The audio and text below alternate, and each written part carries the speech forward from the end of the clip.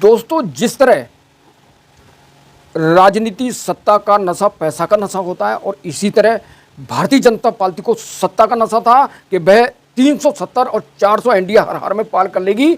जिस तरह देश में सत्ता विरोधी लहर थी, भाजपा को मीडिया लगातार भाजपा को लगातार अपडेट दे रहा था और प्रमोट कर रहा, उसके आड़ में कहीं भारतीय जनता पार्टी को यह नहीं दिखा कि भाजपा के विरोध में सत्ता विरोधी लहर है। और कारणों की बात करते हैं, किन कारणों से भाजपा को यूपी और देश में हार मिली। पहले यूपी की बात, तो भाजपा जनता से मुद्दों से ध्यान भटकाने के लिए सिर्फ दोस्तों राम मंदिर को महत्व दे रही थी और भाजपा को भरोसा था कि जो आस्था का विषय है, ये ब्रेन वॉश का विषय है, इसमें हिंदू जनता उस जाल में फंस के, आस्था में फंसकर उसे सपोर्ट करेगी।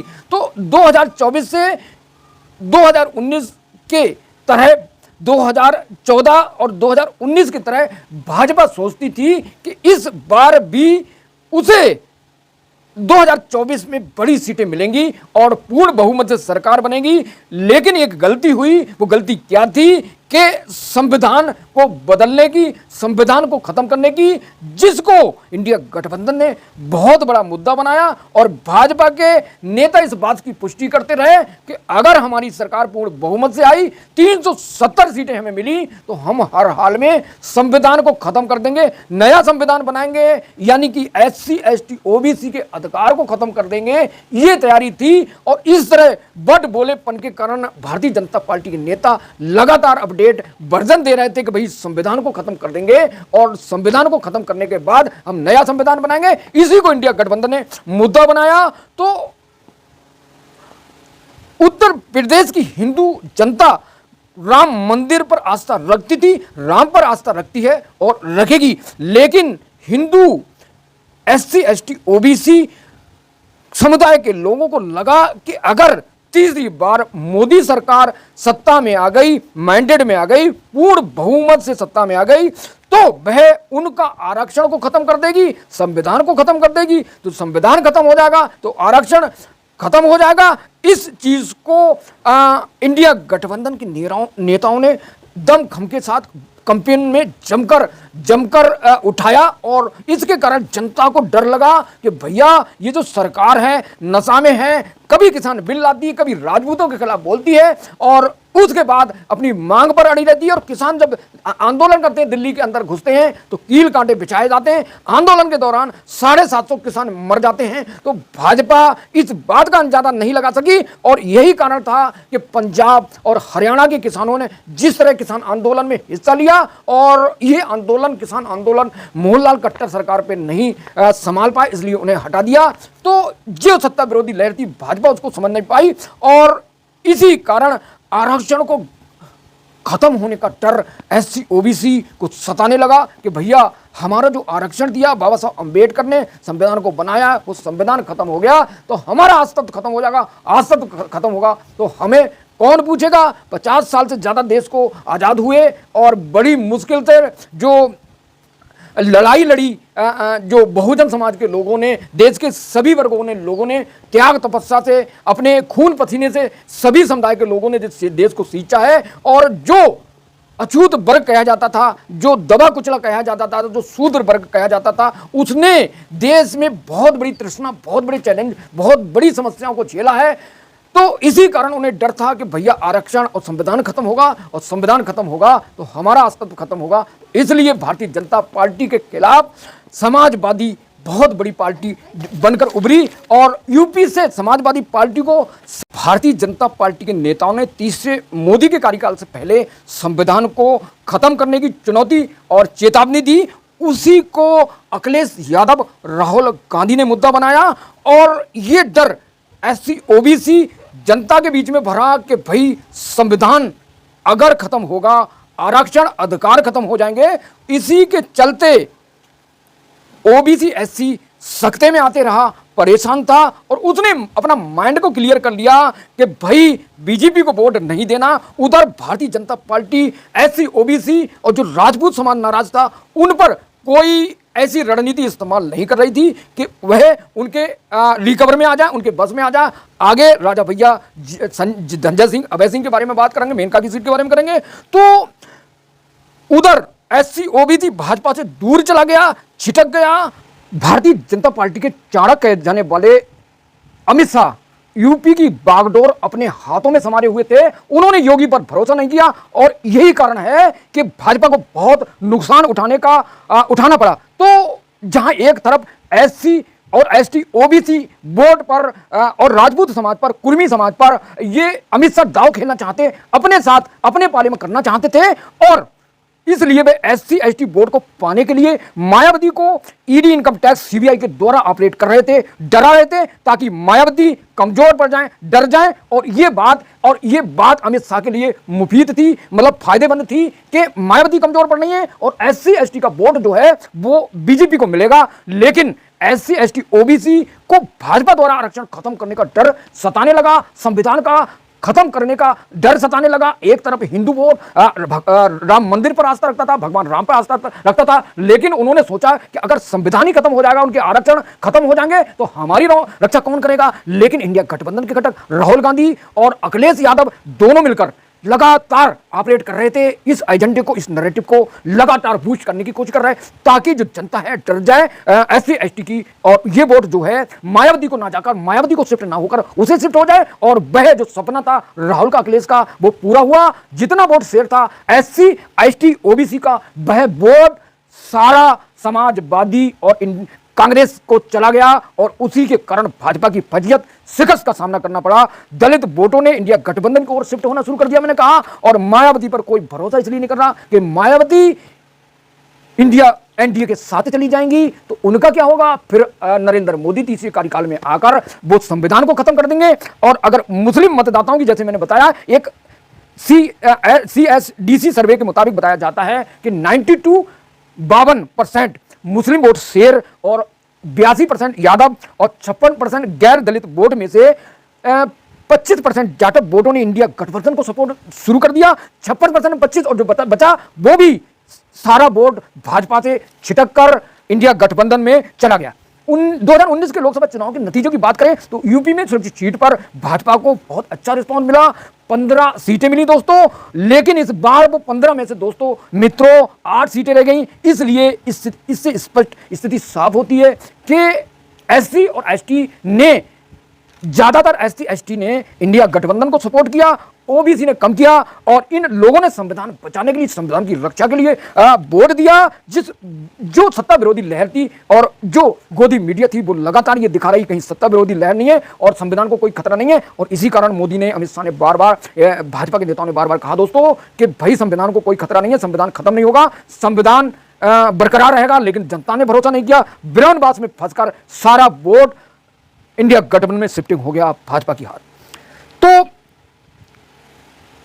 इसी के कारण चंद्रशेखर आजाद नगीना से अपनी जो उनकी आजाद समाज पार्टी उससे जीत गए। और ये इंडिया गठबंधन की मेहनत का नतीजा है कि चंद्रशेखर जीते। और यही इंडिया गठबंधन की नतीजा है मेहनत का, कैंपेन का, संविधान को बचाने की लड़ाई का, कि जो भाजपा 300 सीटों वाली 2019 में थी वो 240 पर सिमट गई और भाजपा को अल्पमत में ला दिया। भाजपा को बैसाखियों का सहारा पड़ा, एक तरफ बैसाखी जेडीयू, दूसरी तरफ टीडीपी की बात करेंगे कि उन्हें क्या मिला। जो लोकसभा में जो सरकार बनी थी मोदी में, मंत्रिपरिषद में क्यों मिला है इसकी अलग से बात करेंगे। जेडीयू को क्यों मिला है, उन्हें महत्वपूर्ण मंत्रालय जो है वो क्यों नहीं मिले हैं। और इसमें कोई क्राइसिस नहीं है क्योंकि ये इसमें क्राइसिस नहीं है क्योंकि इसमें टीडीपी और नरेंद्र मोदी के बीच में बहुत बड़ा समझौता हुआ है। और जो खबरें चल रही वो बकवास है, सरकार इस तरह रहेगी क्योंकि नायडू से जो नरेंद्र मोदी ने वादा किया है उस पर खड़े उतरे हैं। तो आगे चलते हैं दोस्तों, अलग वीडियो में बात करेंगे। मतलब कांग्रेस को 6 सीटें मिल गई, उसकी जड़ों में पानी पड़ना शुरू हो गया, उनकी जड़ें हरियाणा शुरू हो गई है। और कांग्रेस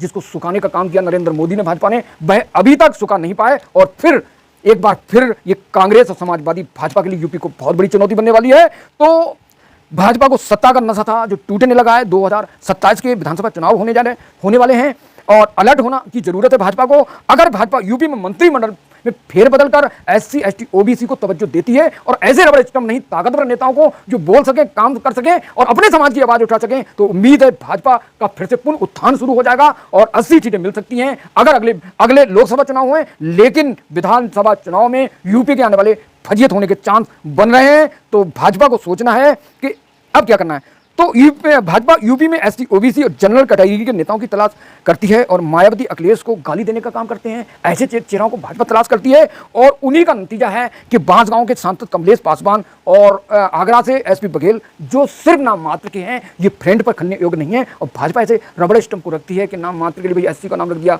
राष्ट्रपति बना दिया। वो खुद काम करने वाला हो, अपने समाज की आवाज उठा सके, अपने समाज की जंग लड़ सके।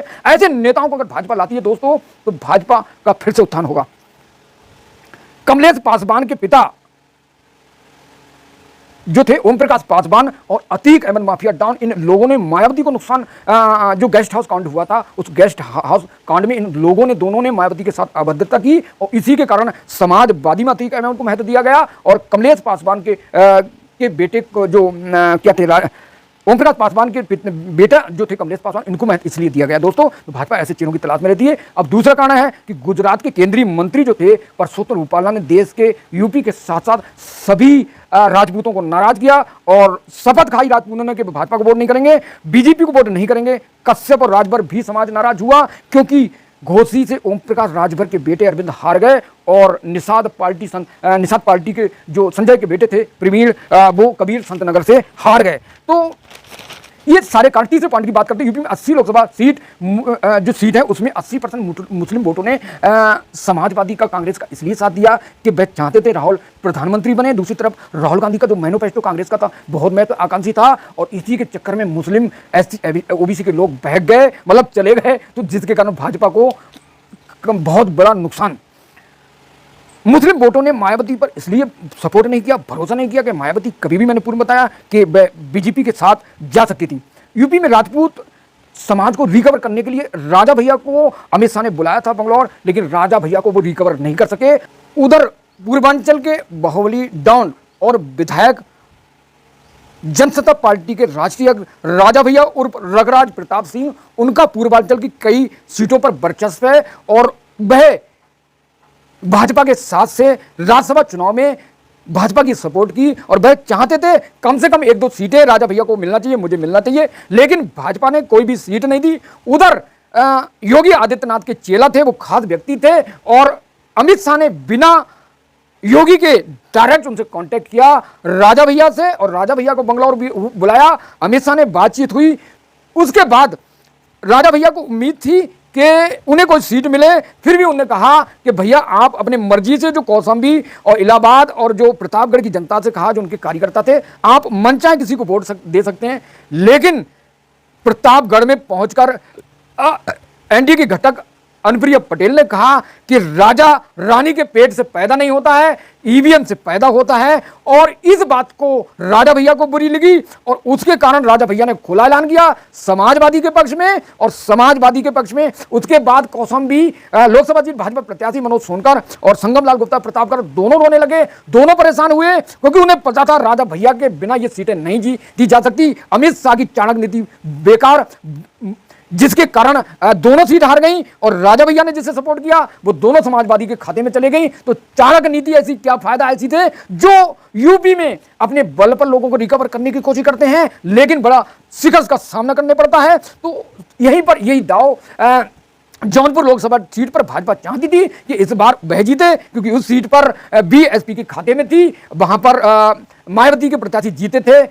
इस बार समाजवादी पार्टी ने बाबू सिंह कुशवाहा, मायावती ने श्रीकला रेड्डी झंडे सिंह की पत्नी को उतारा था और बीजेपी ने कृपा शंकर सिंह को मैदान में उतारा था। भाजपा को भरोसा था कृपा शंकर जीत जाएंगे। तो जैसे दबदबा राजा भैया की का बड़ा वहां पर धनजय सिंह की पत्नी का और श्रीकला रेड्डी का और लग रहा था कि BSP की सीट निकल जाएगी, तो राजा भैया किसी मामले को लेकर जेल भेजे गए और डर लगा तो उन्हें बरेली भेज दिया गया और उसी बीच उनकी जमानत हो गई, जेल से बाहर आ गए। फिर अभय सिंह को संजय पाठक को मुख्यमंत्री ने मिलवाया अमित शाह ने, उन्होंने राज खोले धनंजय सिंह के, और धनंजय सिंह को फिर डराने की कोशिश की। उसी अपनी राजनीतिक करियर को छोड़कर उन्हें अपनी जिंदगी बचाने के लिए अमित शाह से सौदा किया, टिकट वापस लिया और कृपा शंकर को मैदान में उतर गए। उधर इंडिया गठबंधन समाजवादी के प्रत्याशी बाबू सिंह कुशवाहा मैदान में आ रहे थे और उनने कृपा शंकर सिंह को हरा दिया। ये रणनीति थी अमित शाह की, फेल हो गई और बिना योगी से यहां भी डीलिंग की अमित शाह ने। तो अयोध्या फैजाबाद सीट जहां राम का गढ़ है, राम का मंदिर है, दुनिया को दिखाने लगे, एक तीर्थ बनाया और उस तीर्थ पर एक दलित अवधेश प्रसाद जीत गए समाजवादी नेता। वहां भी लोगों ने राम की आस्था पर भरोसा किया, लेकिन उन्होंने वोट इंडिया गठबंधन को दिया और जिसके कारण अवधेश प्रसाद जीत गए। संविधान को, आरक्षण को बचाने के लिए एससी ओबीसी ने सपोर्ट किया और फैजाबाद से भाजपा प्रत्याशी भोला सिंह डॉक्टर हार गए। तो मुजफ्फरनगर से सांसद संजीव बालियान भी हार गए।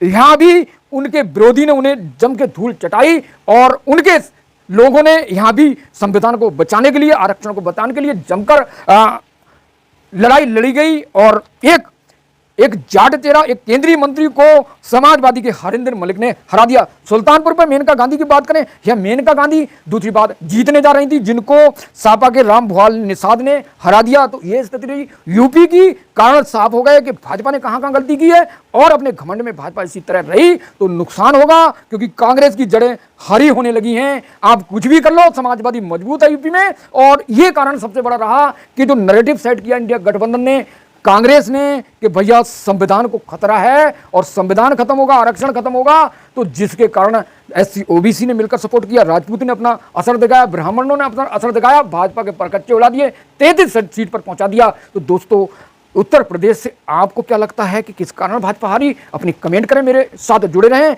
बहुत सारे यूपी और देश दुनिया की न्यूज के लिए, राजनीति न्यूज के साथ मेरे साथ जुड़े रहें। Thank you so much watching this video.